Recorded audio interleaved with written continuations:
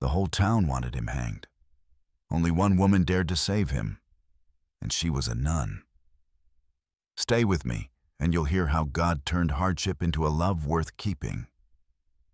So if you'd like to hear more heartfelt Wild West tales like this one, make sure to subscribe so I can share them with you every day. And if you're ready to ride into this story with me, give this video a like and drop the number 1 in the comments so I'll know you're in the saddle ready for the journey.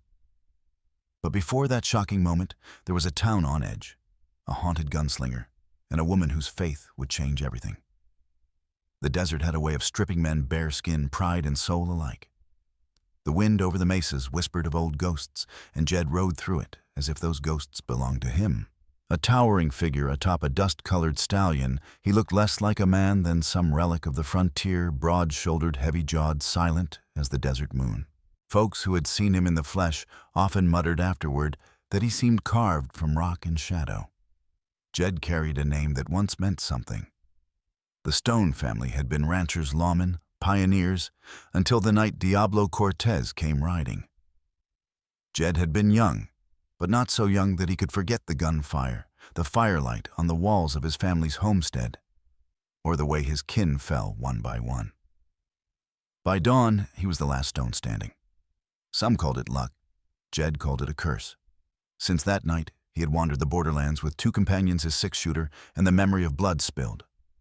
Town to town, saloon to saloon, the story of the Giant Cowboy traveled before him. Jed Stone, they whispered, the outlaw who won't die. He had outlasted ambushes, bounty hunters, even the hangman's rope. Yet for all his survival, he lived with the certainty that Cortez still breathed somewhere out in the Badlands, waiting for the day their reckoning would come. It was hunger for news of Cortez that led Jed down the broken trail to redemption, a fitting name if such a thing could be found in the desert. The town sat like a wounded animal on the edge of nowhere, its main street lined with sagging porches and half-empty windows. Dust clung to everything, the hitching posts, the church steeple, even the children who played listlessly in the road. Jed reined in his horse at the outskirts, the heat pressing down heavy, his shirt damp with sweat. He studied the place with the eyes of a man who had outlived too many towns just like it. To him, redemption smelled of rot, but also of fate. Somewhere in its shadows, he felt lay a piece of the trail that would lead him back to Cortez. The townsfolk glanced his way, suspicion plain on their faces. They saw the guns on his belt, the great bulk of his frame, and turned back quickly as though to look too long at Jed Stone was to invite trouble. He was used to that. A man like him was never greeted with smiles. Yet, as Jed guided his stallion toward the heart of town, the wind shifted. He thought he heard a faint sound, bells maybe, or children's laughter carried from the little chapel at the far end of the street. For the first time, in many years, something stirred in his chest. Not peace, not hope, but the faintest reminder of what it once felt like to belong. Jed Stone pressed his hat low, muttered to himself, and rode on. Redemption awaited. So did the curse of his bloodline. Redemption was not a place where flowers bloomed. The dust was too thick, the sun too cruel. Yet even in such a wasteland, a white rose had taken root. Her name was Sister Agnes. In a world of hard men and harder land, she seemed like an apparition. The townsfolk spoke of her in hushed voices, not with the awe they gave to gunslingers, but with something deeper gratitude. She kept a small chapel at the end of the main street, its steeple crooked, its pews worn yet somehow alive with children's laughter. In redemption, where most men kept to themselves and prayed only when the whiskey ran dry, Agnes was a rare kind of grace. She was young, far too young, to have taken on so many burdens. Her eyes held the calm of a desert sky at twilight, but behind that calm was a steel that few could fathom. She patched wounds with steady hands, taught orphans their letters, and coaxed the sick to cling to life when they were ready to give it up. No one knew where she had come from, not truly. She had appeared one season traveling from the east, with little more than her vows and a heart set on service. Folks said she had money once, family once, but the desert like a grave swallowed details whole. Jed Stone might have ridden past her chapel that first evening, might have passed through redemption altogether, if not for the ambush. It happened quick, as such things always did. He had just unsaddled boots, barely touching the ground, when 3 shadows stepped from an alleyway. Guns flashed, the air split with fire and smoke. Jed returned shot for shot, the thunder of his revolver echoing off the false fronts of town, but a bullet found his side. He stumbled, firing, until his vision blurred, until the attackers lay scattered and silent in the dust. Then the giant of a man staggered, blood trailing down his coat, and collapsed at the steps of the chapel. It was Sister Agnes who found him. The people of Redemption had seen enough blood to know what came next. An outlaw bleeding at the church door was nothing but bad fortune. They called for her to leave him to let the desert finish what it had started. But Agnes did not listen. With a strength born of something greater than muscle, she dragged the wounded cowboy inside. Through fevered dreams, Jed saw her face. To him, it was no longer the desert, no longer the smoke of gunfire. It was light, soft and unwavering, the kind of light he thought the world had stolen from him long ago. When he finally opened his eyes, pain lancing through his ribs, she was there seated beside him with a cloth and a bowl of water. For a long moment, Jed only stared. Then his cracked lips moved, and the words that escaped were less choice than prophecy. "My legacy," he rasped, voice low as gravel, "will be carried in your belly." The words froze the room. And for the first time, Sister Agnes, whose heart had withstood storms of grief and fire, felt fear. Comment below, can Jed really change? Stay tuned for part 3. Some words linger longer than a bullet wound, huh?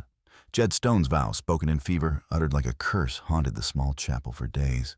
Sister Agnes tried to shake them away, tried to tell herself it was the rambling of a half-dead man. But the look in his eyes when he had spoken, that was no delirium. That was a man staring straight at destiny. At first, she kept her distance. She changed his bandages with brisk hands, spoke to him only in the tone of duty, and reminded herself that her vows were chains stronger than any outlaw's rope. Yet the longer Jed remained under her roof, the harder those chains became to bear. For Jed, the days of recovery were both torment and revelation. He had endured bullets before, scars before, but never the quiet patience of a woman who asked nothing from him. He watched her tend to the orphans, laughing softly as she corrected their lessons, or kneeling in prayer long after the children slept. She was no fragile flower. She was forged of iron and sorrow, wrapped in a cloak of mercy. And slowly, against his will, the giant cowboy found himself softened. The townsfolk noticed first. Redemption had long been a place where trouble brewed like a summer storm. Drifters loitered, gamblers cheated, and when fists flew, no lawman came running. Yet, with Jed convalescing in the chapel, trouble seemed to steer clear. More than once, a drunk staggered too close to the children, only to find the shadow of Jed Stone rising from the porch, revolver at his hip, eyes cold as a tombstone. No one doubted where his loyalty lay. It was with the chapel, with the children, with her. Agnes felt it too, though she prayed against it. When Jed spoke little, his silence filled the room like a hymn. When he spoke more, his words carried a weight that unsettled her heart. He spoke not of salvation, but of bloodlines, of duty, of the family name that had been butchered and needed a future. And though she bristled at his vow, a part of her, the woman she had once been, before the habit, before the grief, understood him. The struggle within her grew sharper with each passing day. At night, she whispered her prayers, begging for strength to keep her vows intact. But when morning came, she would meet his eyes across the chapel table and feel something stir that was not piety nor charity, but something older and deeper. Jed himself was no stranger to struggle. He fought it in silence, telling himself that the desert had no place for tenderness. Yet when Sister Agnes pressed a cool cloth to his brow, or when her hand brushed his arm, he felt that the curse of his bloodline might not be death after all. It might be the chance at a new beginning. Still, shadows gathered at Redemption's edges. Men had been seen riding the high ridges at dusk, watching, waiting. Word traveled fast in the desert, and word that Jed Stone still drew breath was bound to reach Diablo Cortez. And when it did, neither vows nor whispered promises would be strong enough to hold back the storm. If you cheer for the underdog, hit like and join us in part 4. Love, even forbidden love, has little time to bloom on the frontier. For every tender glance between Jed and Sister Agnes, the desert seemed to answer with a thunder of hooves on distant ridges. Trouble was closing in. The first sign came at dusk. A riderless horse limped into redemption, flanks bloodied eyes rolling white with terror. Folks whispered of bandits. Jed needed no whisper. He knew Cortez's hand when he saw it. The vulture always sent his shadow before the kill. That night, the town slept uneasy. Agnes gathered the children close, reading them scripture by lamplight, her voice steady though her hands trembled. Jed sat on the chapel steps, a rifle across his knees, watching the horizon as if he could force dawn to come sooner. He said little, but his presence was a promise no harm would cross that threshold while he still drew breath. The promise was tested before sunrise. Gunfire split the silence sharp and merciless. Riders swept into redemption like a black tide, their torches setting fire to the stables, their pistols cracking against shutters and doors. The people screamed and scattered. Jed rose with the fury of a man who had seen this hell once before and swore it would not happen again. He fought like a beast unchained. Every shot he fired struck true, every swing of his great frame sent men tumbling. The outlaws had come to kill him, yet found themselves facing a storm in human form. By his side, townsfolk who had once eyed him with suspicion now found courage. Farmers, shopkeepers, even a trembling barkeep, raised arms and stood their ground. Inside the chapel, Agnes prayed as she loaded a pistol. She had never fired at a man before, but when a bandit forced his way through the doorway, she pulled the trigger without hesitation. Smoke filled the holy place. The intruder fell, and the children clung tighter to her skirts. Her heart hammered, but her resolve was set. The skirmish raged until the last torch guttered and the surviving raiders fled into the night. Redemption still stood but scarred, trembling awake now to the war that had come to its door. And it was in the aftermath, when the wounded were tended and the dead counted, that the cruelest ghost rose to the surface. One outlaw, captured and half dead, spat blood and laughter in Jed's face. Cortez remembers the girl he hissed, the little one that got away back east. He left her for dead, but she wears a nun's veil now, don't she? The words struck harder than any bullet. Jed turned to Agnes, and in her eyes he saw the truth she had carried alone for years. She was no stranger to Cortez's cruelty. She was its survivor. The chapel grew cold as sunstone. In that moment, Jed understood Agnes was not only his light, but also the last witness to the darkness he had sworn to destroy. And Diablo Cortez would stop at nothing to snuff her out. Do you believe Jed deserves redemption? Comment below before Part 5. The truth once spoken cannot be buried again. After the raid, after the outlaws' dying laughter, redemption knew that its days of uneasy peace were gone. Cortez was coming, and this time he wanted more than Jed Stone's blood. He wanted the woman who had escaped his slaughter years ago. Jed rose before dawn, strapping his guns with hands steady as stone. The wound at his side ached, but he welcomed the pain. Pain meant he still had strength enough for one last reckoning. He had run from his curse long enough. Agnes watched him from the doorway of the chapel, her veil shadowing eyes that burned with defiance. She no longer looked like the timid sister who had once whispered prayers in candlelight. The desert had forged her into something else, a woman willing to fight, to bleed, to stand beside the man destiny had dragged into her life. When she stepped forward, it was without hesitation.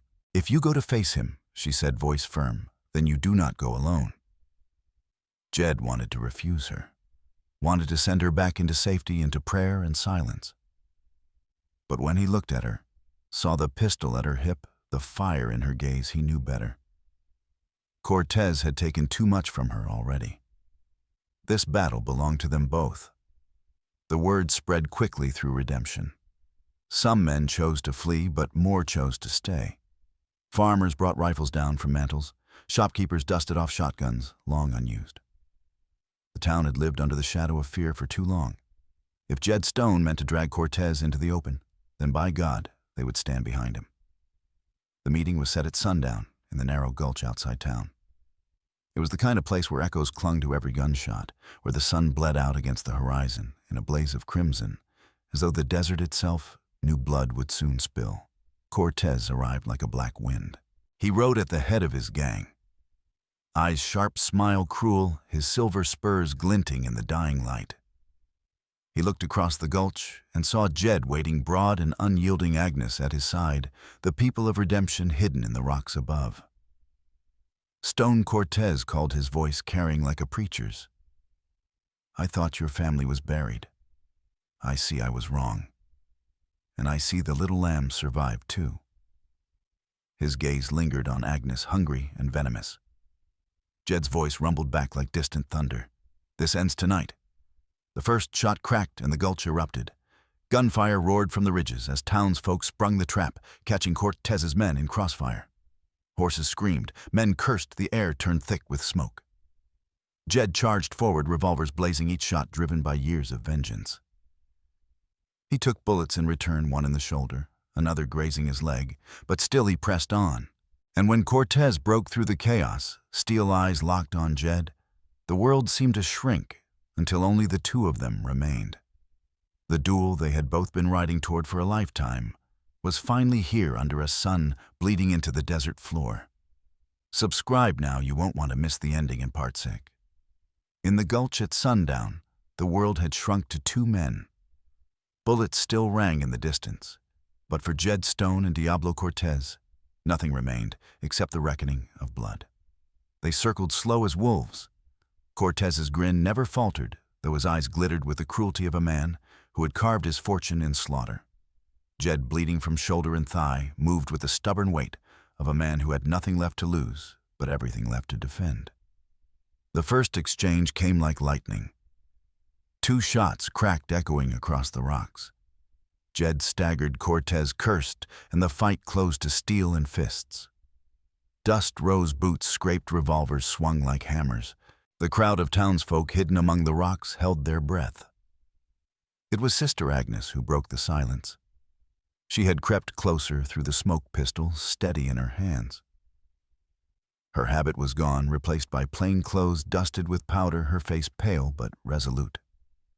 When Cortez raised his gun for the killing shot, her voice cut the air. Jed dropped and Agnes fired. The outlaw reeled back, eyes wide in disbelief, the smile dying on his lips. Jed rose, seizing the moment, and drove his last bullet straight through Cortez's chest. The bandit king toppled into the dirt. His reign ended in the crimson glow of a dying sun. Silence followed. Then, like a great exhale, Redemption's people surged from the rocks, scattering the remnants of Cortez's gang, raising their voices in ragged victory. Jed swayed on his feet, and blood pouring from his wounds until Agnes reached him. She caught his weight against her slight frame, and, for the first time since he was a boy, Jed Stone allowed himself to lean on another soul.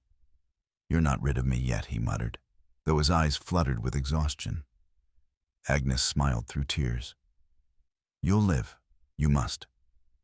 Weeks passed before Jed could stand tall again. Redemption buried its dead, rebuilt its stables, patched its bullet holes. Life returned steadier than before because now the town carried something it had not known in years' hope. Jed stayed. The giant outlaw laid down his wandering and put his hands to building instead of breaking. He raised fences, hauled timber, lent his strength to the same people who had once feared him. And always Agnes was there, tending both him and the town with tireless devotion. One morning, as dawn spilled gold over the desert, Agnes came to him with trembling hands and eyes shining brighter than the sunrise. "Jed," she whispered, "we're not just rebuilding the town, we're building a life. I'm carrying your child." For a long time, the man who had carried only scars and vengeance could not speak. His great hands closed gently over hers, and the curse of his bloodline at last felt broken, not by death, but by love. On the steps of the chapel months later, Jed and Agnes stood watching children laugh in the dust, their own little one stirring within her. The desert wind carried no ghost that day, only the sound of a future being written. Jed Stone had once sworn that his legacy would live on. And now, under the bright morning sun of redemption, It would born not of bloodshed, but of hope. If this story touched you, give it a like, share, and tell me your favorite moment in the comments.